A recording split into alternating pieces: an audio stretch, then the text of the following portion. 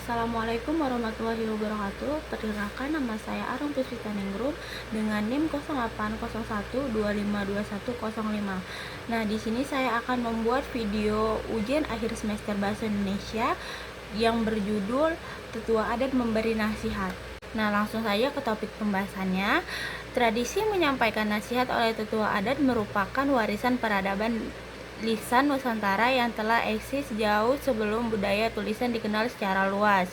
Secara historis, tetua adat dipandang sebagai perpustakaan hidup yang menyampaikan dan menyimpan memori kolektif, aturan moral dan hukum tidak tertulis demi menjaga keseimbangan kosmis serta harmoni sosial.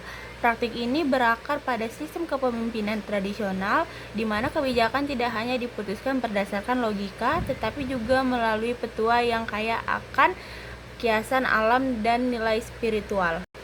Melalui media seperti pidato adat atau ungkapan tradisional seperti Hadimaja di Aceh dan Petatah Petiti di Minangkabau, para tokoh adat mentransformasikan nilai-nilai leluhur seperti pedoman praktis bagi generasi muda.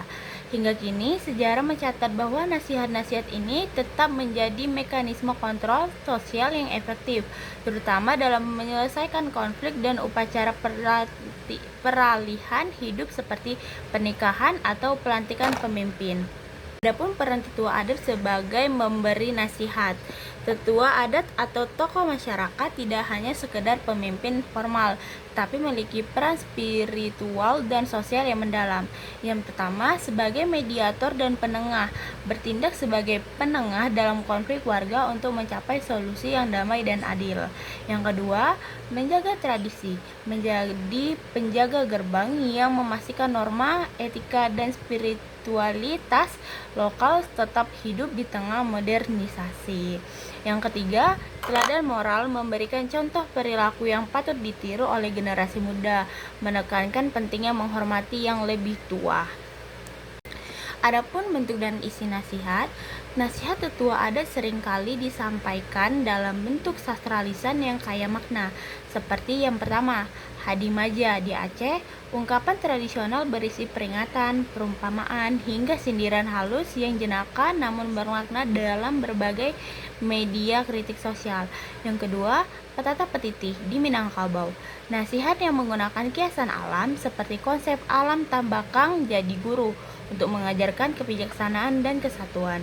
Yang ketiga, petua hidup di Komering, tradisi seperti Niktiko Adok, merapat doa dan petua hidup, terutama dalam momen transisi penting seperti pernikahan.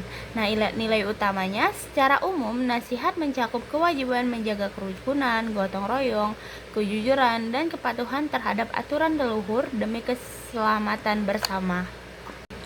Media penyampaian. Nasihat biasanya tidak hanya disampaikan secara sembarangan, melainkan melalui momen-momen sakral atau kolektif.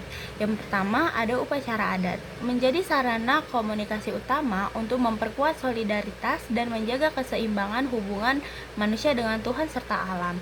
Yang kedua, pidato adat, disampaikan dalam acara resmi seperti pengangkatan gelar yang berisi struktur bahasa yang tertata dan penuh makna filosofis.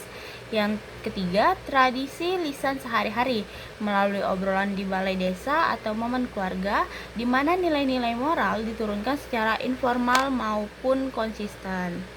Nah, di sini saya akan menambahkan materi apa itu pantun.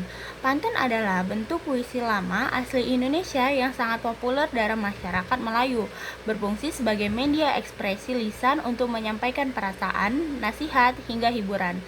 Secara etimologis, kata pantun berasal dari bahasa Minangkabau, patutun yang berarti penuntun.